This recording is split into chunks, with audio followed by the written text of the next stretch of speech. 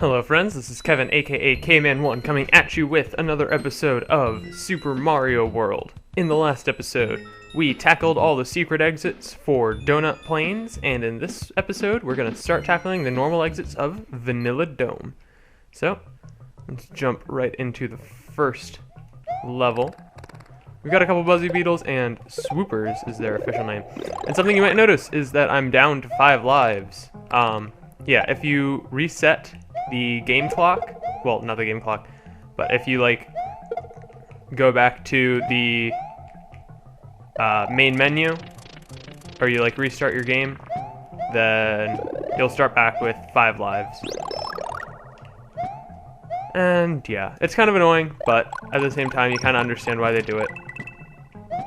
And I've kind of trapped myself. So... Alright, this level can be kind of annoying, as far as getting all the collectibles and stuff. And by all the collectibles, I mean just, playing the level normally, honestly. I don't know what I'm saying anymore right now. But basically, this level can be kind of annoying, that segment at least, because half of me always wants to just, incessantly focus on getting every single item possible. But here is a fun little segment where we grab a star and we've got to run across as fast as possible before this thing falls into the lava. And worth.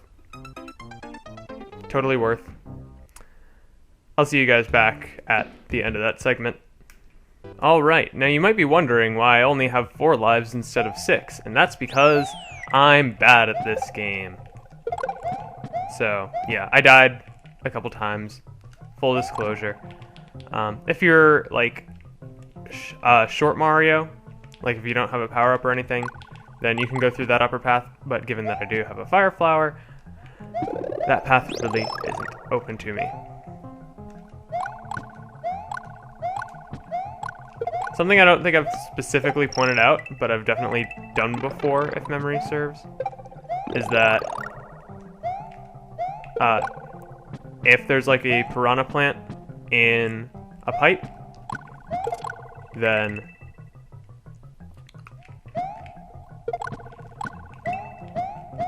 if there's a piranha plant in a pipe, but you have a Fire Flower, you can basically just kill it even though it's not visible on screen. And you can do the same thing with the cape. Yeah, that's pretty much all there is to that. And there's a secret exit for this area, but I'll probably just point it out instead of actually showing it, depending on how things go. But this is a secret exit that is very important for getting the other secret exits for the area, because guess what? There's more than 2 Switch Palaces. Spoiler alert, I guess. Of course, technically I'm supposed to give the spoiler alert before I spoil anything, but don't question me, I'm an adult.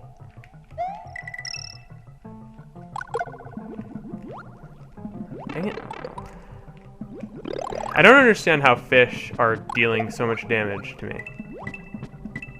This game is honestly just so unrealistic.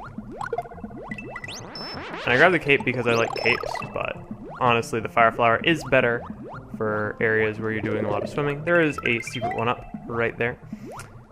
Very nice to pick up if you're aware of it. Of course, hopefully I won't be needing too many extra. I accidentally got rid of the cape with that move.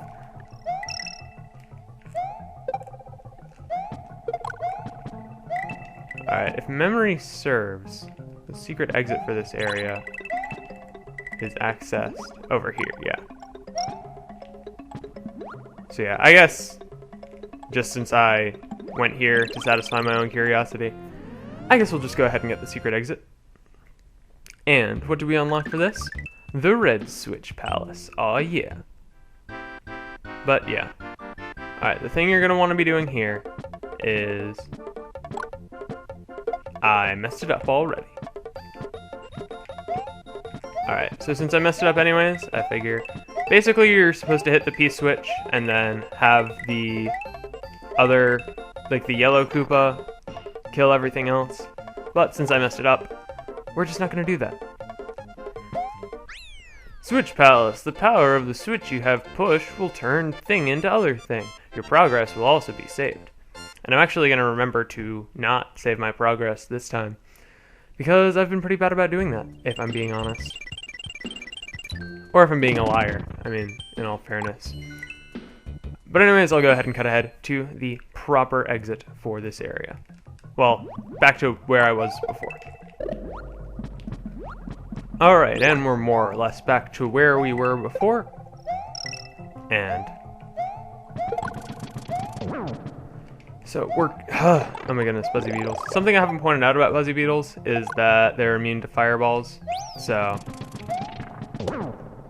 don't try to hit them with fireballs, is basically what I'm getting at. And I know I could have gotten a star there, but I really just wanted a cape, to be honest. Really? Really? I totally hit that guy with my cape, but apparently it doesn't count. I was honestly completely guessing on that pipe, but it's worth your time to go ahead and check every pipe in this game, because again, if you've ever played a Mario before, you would know there are plenty of secret exits in well, not secret exits so much as just like secrets hidden in a lot of levels. And one thing that I've never gotten is that this enemy's name is actually Chargin' Chuck. I'm like, I don't even understand how Chargin' Chuck became an enemy, if we're being honest, because it's just like, he's a football player. Why? Those things exist in real life. Those people exist in real life. So, I don't get it. Chargin' Chuck is a weird enemy. Not that I dislike it or anything, but it's just kind of weird. Alright. But anyways, this is a ghost house, and as we know about ghost houses, the way you get through can be pretty convoluted. Also, in case you don't know how boos work, basically, if you're facing them, they get scared and hide their face. But if you're turned away, then they get all spooky and try to murder you. So, don't get murdered is the best advice I can give. And so, your basic thing is just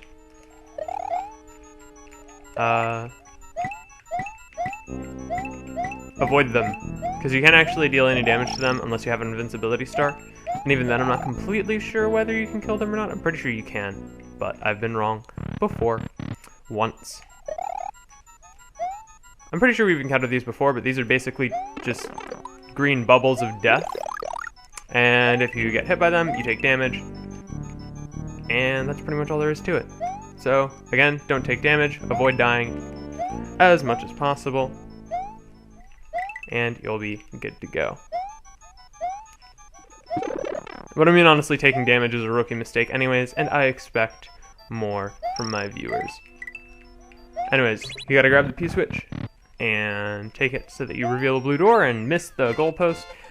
And there it is. That's all there is to it. There's no secret exit for this one, I can 100% guarantee. But again, ghost houses are kind of annoying when they have secret exits because they're not, you can't tell. You can't tell, ever. But anyways, let's just take on Vanilla Dome 3. And yes, this is a very, very enjoyable level. And this is a good place to have a Yoshi, because those little fire dragon guys, if you're standing on Yoshi, then you'll just kind of like hit off of them, and you won't actually have to do anything in order to avoid the damages. And I'm pretty sure there's one of these you can go down, actually. Nope, I was wrong.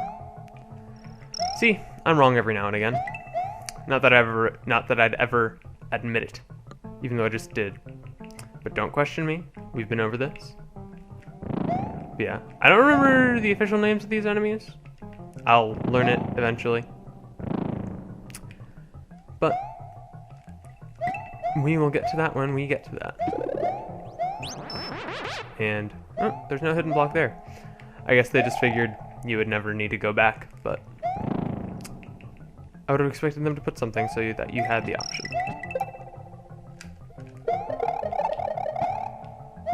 Alright, and just checking all of them for a secret.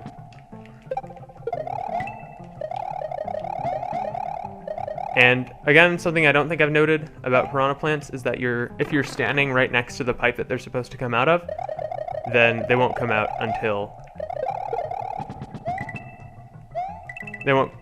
you step away. And go ahead and grab another cape feather. And I feel like I'm not really commentating on the moment-to-moment gameplay.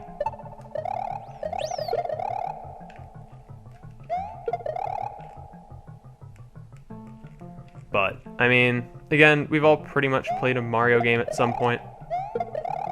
Or, those of us who play video games have probably played a Mario game at some point. And there's a Yoshi for us, if we can get over. Alright, oh my goodness. Alright, got the Yoshi. And so now I can kind of show what I was talking about earlier, where Yoshi makes this segment a little bit easier. Because, boom, he just pops off, and all you gotta do is keep walking forward to make sure you don't just get knocked off by the thing moving along. But Yoshi makes this level super duper easy. And Yoshi makes pretty much every level pretty easy, just because Yoshi's a little overpowered, not gonna lie. In both this game and Super Smash Bros. I would know, as a Yoshi main, Yoshi is pretty stupid sometimes.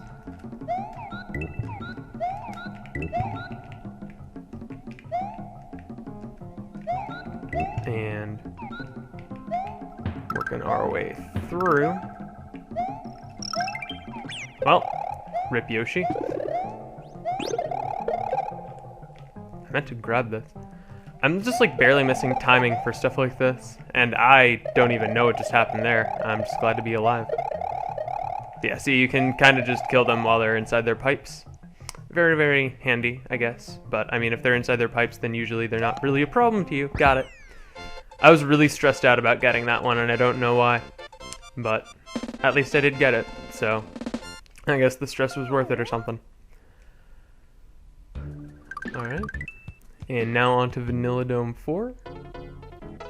And we know what this music means, but this is also, I think, our introduction to bullet bills. And basically they're gonna fire from across the screen, and you can jump on them, but for the most part you're honestly just going to be wanting to avoid them. And these basically act as like springboards, and you can use them to get a lot of extra jump height, which is very handy whenever you can get it.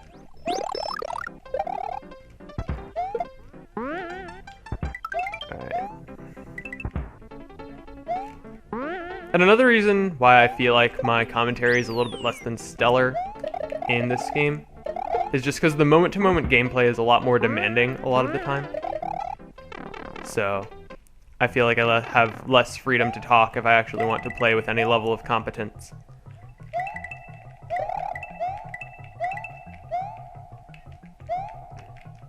But even though this isn't like a big esports like StarCraft style, you need 1,000 actions per minute in order to do anything useful, it's just like, compared to the other games I've played on this channel, just like, you're constantly having to respond to stuff. Because older games were a lot more punishing in that regard, because they needed to squeeze a lot more play out of a lot less disk space. But more modern games afford more disk space, meaning they can just have more levels instead of having more demanding and challenging levels. Which isn't necessarily like a good or a bad thing. There's plenty of good arguments on both sides of the debate on that one.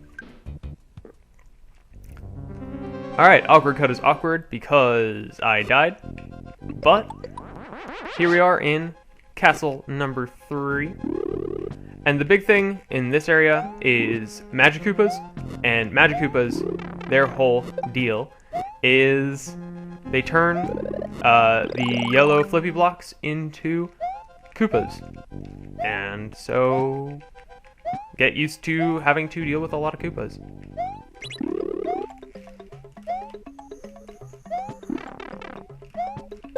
And if you can manage to get to that door, then you have a nice little shortcut to the halfway point and a 1-up. So very, very cool. And here we have basically an auto-scrolling segment. And since I don't have a cape, then I'm actually going to be pretty careful this time around. Because, as we all know, capes are easy mode. And I'm pretty sure I can make that jump. I was right.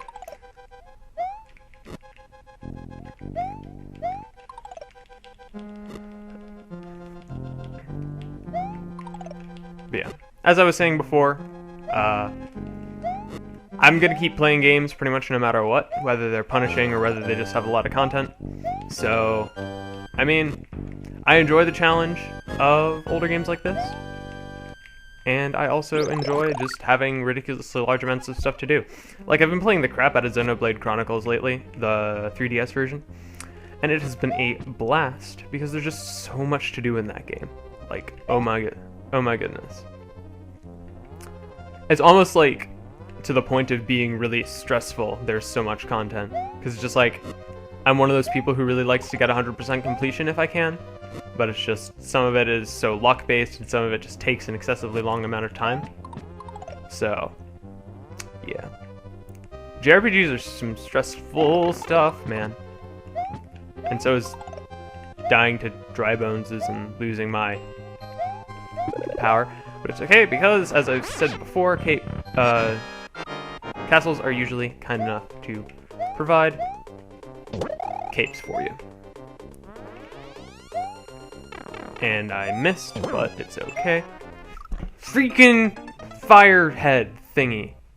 Alright, and we're back at the boss after some pretty annoying stuff involving the firehead guys.